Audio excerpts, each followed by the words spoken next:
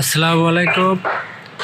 এটা হচ্ছে আপনার এখানে স্ল্যাব ছাদ, আর এই ছাদটা আজকে দাগানো হবে এবং এই ছাদটা দাগানোতে কিছু কিছু মূল জিনিস আছে যা অনেকেই হয়তো আপনারা জানেন না। আসলে ছাদ দাগানোর একটা সহজ বুদ্ধি আছে। অনেক সময় দেখা যাচ্ছে আপনার দাগে অনেক সময় মেলে না, 3-4 ইঞ্চি 5 ইঞ্চি আপনার বিমের কর্নারে যায় ফাঁক থাকে, অনেক সময় এটা নিয়ে অনেক সমস্যা হয়। যার কারণে আজকে আমি আপনাদের এই ছাদটা দাগানো একবারে ক্লিয়ার করে দেব, যাতে এই ছাদ দাগানো নিয়ে আপনাদের আর কোনো রকম কোনো টেনশন না থাকে এবং যাতে খুব সহজে এই ছাদ আপনারা দাগাতে পারেন। যে কোনো ছাদ আপনারা খুব সহজে দাগাতে পারবেন। আমি আজকে সেই প্রসেসটাই আপনাদের দেখাই দেব এবং এই সঙ্গে আমি আপনাদের দেখাই দেব যে ছাদের রডটা আপনারা খুব সহজে কিভাবে ফেলবেন। এবং আজকে আমি আপনাদের ক্যারিং ছাদের 2 জালির রড একসঙ্গে ফেলাই দেখাবো। আসলে 2 জালি একসঙ্গে আপনারা কিভাবে রডগুলো ফেলাবেন সেই জিনিসটাও আজকে আমি আপনাদের এই ভিডিওতে দেখাবো। তো চলুন আমরা প্রথমে তো এখন দেখব ছাদ দাগানোটা আসলে কিভাবে সহজভাবে ছাদটা দাগানো যায়। এখানে দেখতে পাচ্ছেন অলরেডি ছাদটা আমি দাগাই নিছি আগে, যার কারণে কিন্তু আপনাদের এই জিনিসগুলো বোঝাতে খুব সহজ হবে এবং আমারও সহজ হবে। এই যে দেখতে পাচ্ছেন এখান থেকে আমরা এটা L/4 দাগ দিছি। এখন এই L/4 এখানে আপনার রড আছে আপনার 5 ইঞ্চি সেন্টার গ্যাপগুলো আছে আপনার 10 ইঞ্চি। এখন অনেক সময় L/4 করতে যায় সেটি এই ক্যারিং থেকে দেখা যায় ভিতরে 10.5 হয়ে যায় কিংবা 11 হয়ে যায়, সেটা বিষয় না। আপনার এখানে যদি দাগগুলো 10 ইঞ্চি থাকে তো সেক্ষেত্রে আপনি এখানে যে এই বিমটা দেখতে পাচ্ছেন এই বিমের থেকে এই দাগটা আপনি 5 ইঞ্চি পর্যন্ত আগায় দিতে পারেন, এতে কোনো সমস্যা হবে না। আর যদি আপনার এই দাগগুলো 12 ইঞ্চি থাকে তাহলে সেই ক্ষেত্রে আপনারা এই বিমের থেকে প্রথম দাগটা 6 ইঞ্চি পর্যন্ত দিতে পারবেন, এতে কোনো সমস্যা নেই। কিন্তু অনেকেই দেখে আপনি এই বিমের যে রডটা, এই বিমের যে রড দেখতে পাচ্ছেন এই রডের থেকে 1 ইঞ্চি ফাঁকে দাগ দেয়, দাগ দিয়ে এদিকে এসে আর দাগগুলো মিলাইতে পারে না, যার কারণে কিন্তু অনেক সমস্যা হয়ে থাকে আপনার এই ছাদ দাগানো নিয়ে।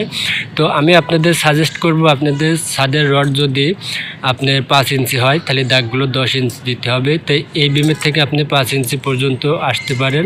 আর যদি আপনার এই গ্যাপটা 12 ইঞ্চি হয় তাহলে এই বিমের থেকে 6 ইঞ্চি পর্যন্ত আসতে পারেন, এতে কোনো সমস্যা হবে না আমি মনে করি।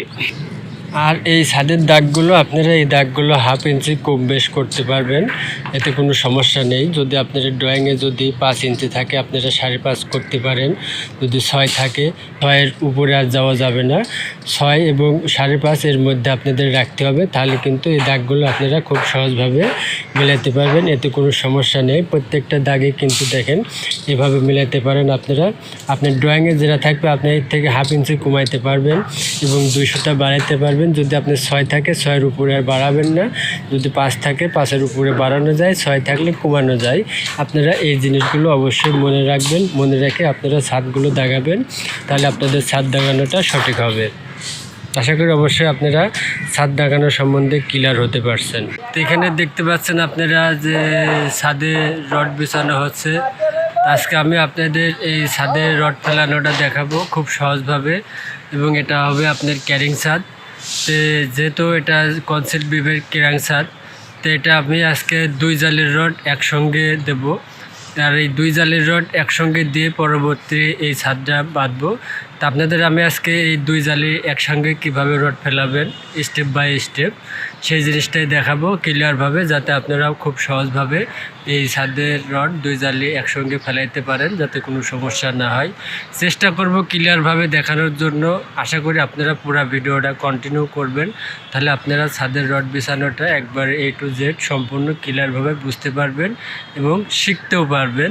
তো চলুন আমরা এখন ভিডিওটা শুরু করি।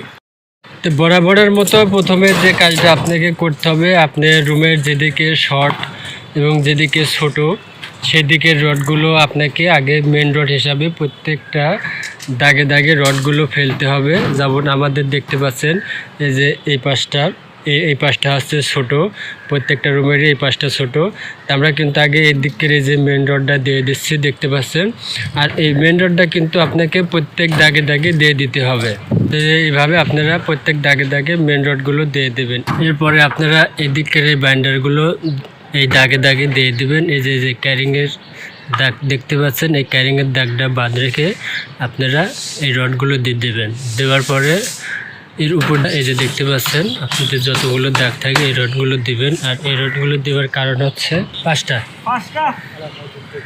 এই বিমের ভিতরকে দুইটা যাব নিচের জালিতে, এই যে দেখতে পাচ্ছেন এটা নিচের জালিতে যাব। আর উপরে যেগুলো দিবেন এই ক্যারিংয়ের দাগের এই গ্যাপে একটা দিবেন, এরপরে যতগুলো গ্যাপ আছে দিবেন। দেওয়ার পরে এই রড দুইটা যাব আপনার হচ্ছে এই যে এদিকের যে ক্যারিংয়ের রডটা দেওয়া হয়েছে এটা ক্যারিং তোলার পরে এইটা বুকের সাথে বাঁধা হবে। এইভাবে পরবর্তী স্টেপ আপনারা দেবেন। এর পরবর্তী যে কাজটা আপনাদের করতে হবে, এই যে এই মেন রডগুলো দেওয়ার পরে এই দাগের এই রডগুলো দেওয়ার পরে আপনারা যে কাজ করবেন, এই যে এই দাগের এই রডগুলো দিয়ে দেবেন। এই যে দাগে দাগে এই রডগুলো দেওয়ার পরে আরেকটা কাজ হচ্ছে, সেটা হচ্ছে আপনারা এই দিকের যে ক্যারিংয়ের রডগুলো দিবেন, এই রডগুলো দেওয়ার আগে আপনাদের এই যে এই বাইন্ডারগুলো দিয়ে দিতে হবে।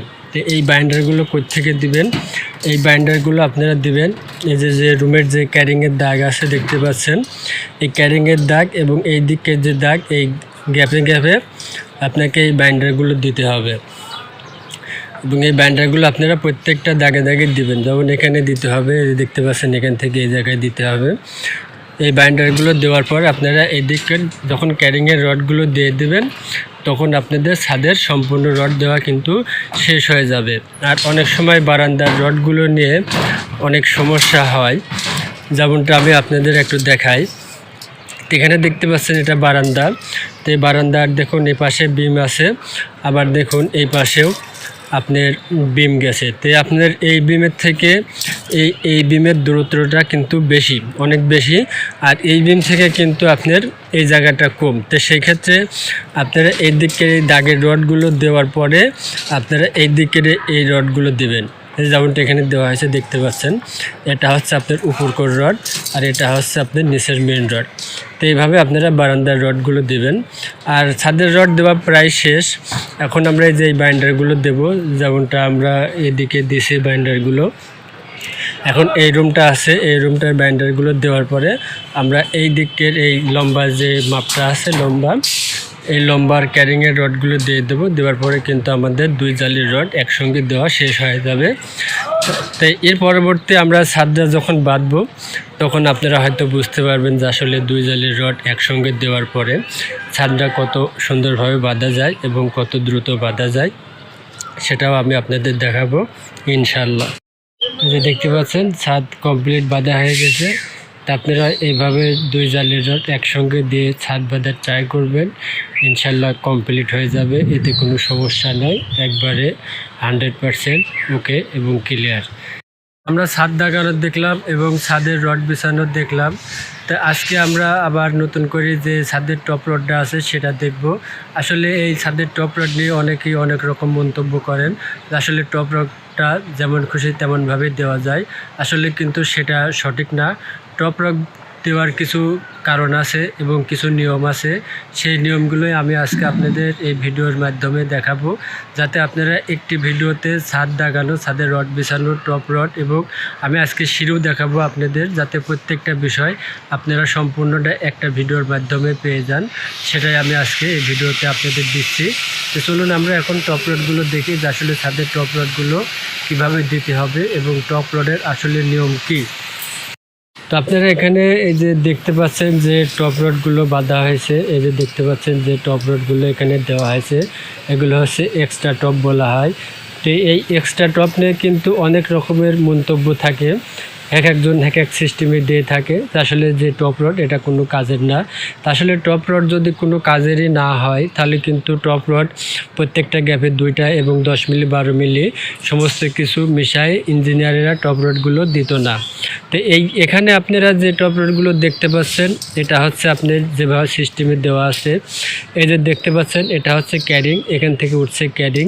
আর এই ক্যারিংয়ের গোড়ার থেকে এটা দেখুন এখানে 6 ইঞ্চি বাড়তি আছে। তো টোটালি কিন্তু আপনার এই যে ক্যারিংয়ের যে বাইন্ডার এখান থেকে এটা 10 ইঞ্চি আছে। তো এই টপ রডগুলো আপনারা যখন দিবেন সঠিক নিয়মে অবশ্যই এই গোড়ার থেকে আপনারা মিনিমাম 6 ইঞ্চি বাড়তি রাখবেন। অনেক সময় দেখা যায় ড্রয়িংয়ে এটা আপনার 6 ইঞ্চির জায়গায় 8 ইঞ্চিও বাড়তি থাকে। সেক্ষেত্রে এটা যদি আপনার এখান থেকে এইখান থেকে যদি 1 ফিট বাড়তি হয় তাহলে কিন্তু আপনাদের অবশ্যই এদিক দিয়ে বাইন্ডার ইউজ করতে হবে। আরেকটা জিনিস হচ্ছে আপনাদের সেটা বোঝাই, সেটা হচ্ছে যে অনেক সময় দেখা যায় যে এই টপ রড এই একটা আপনার 6 ইঞ্চি বড়, একটা 6 ইঞ্চি ছোট, এই সিস্টেমে থাকে। অবশ্যই আপনারা এই কাজগুলো করবেন না। আপনারা টপ রডগুলো সবসময় চেষ্টা করবেন এক সমান দেওয়ার জন্য। আর এক সমান যদি আপনারা টপ রডগুলো দেন তাহলে সেই ক্ষেত্রে আপনার এই যে এক একটা রডের যে লোড কিন্তু আপনার ছোটো বড় থাকলে লোডও কিন্তু আপনার আপ ডাউন হয়। সেক্ষেত্রে কিন্তু টপ রডগুলো সবসময় এক সমান দিতে হয়, আর এটাই কিন্তু ইঞ্জিনিয়াররা সাজেস্ট করে। তো আশা করি অবশ্যই আপনারা বুঝতে পারছেন যে এক্সট্রা টপ আসলে দেওয়ার নিয়ম কী আর কিভাবে দিলে টপ রডগুলো সঠিক হবে। তো এবার আমি আপনাদের দেখাবো সিঁড়ি। আর এখানে দেখতে পাচ্ছেন এটা হচ্ছে সিঁড়ির এটা হচ্ছে আপনার মেন রড, এটা হচ্ছে মেন রড। এই রডটা থাকবে আপনার এই বিমের উপর দিয়ে, আর এখানে যেটা আপনার মেন রড হবে সেটা যাব আপনার এই বিমের ভিতর দিয়ে। আর এখানে যেটা আপনার বাইন্ডারগুলো বাঁধা হয়েছে দেখতে পাচ্ছেন, এই যে বাইন্ডার, এই বাইন্ডারগুলো এভারেজ 6 ইঞ্চি করে দেওয়া হয়েছে। এই বাইন্ডারগুলো 6 ইঞ্চি করে দেওয়া হয়েছে এভারেজ। তো এই বাইন্ডারগুলো আপনার মেন রডের উপর দিয়ে যাবে, এটা আপনারা সবসময় খেয়াল রাখবেন। তো আজকের এই ভিডিওর মাধ্যমে আমি ছাদের আপনার অল ডিটেল জিনিসটা দেখানোর চেষ্টা করলাম। যদি এই ভিডিও থেকে আপনারা কোনো উপকৃত হয়ে থাকেন তাহলে অবশ্যই আমার চ্যানেলটা সাবস্ক্রাইব করে বেল আইকন অন করে দেবেন। ততক্ষণ পর্যন্ত সবাই ভালো থাকবেন, ধন্যবাদ।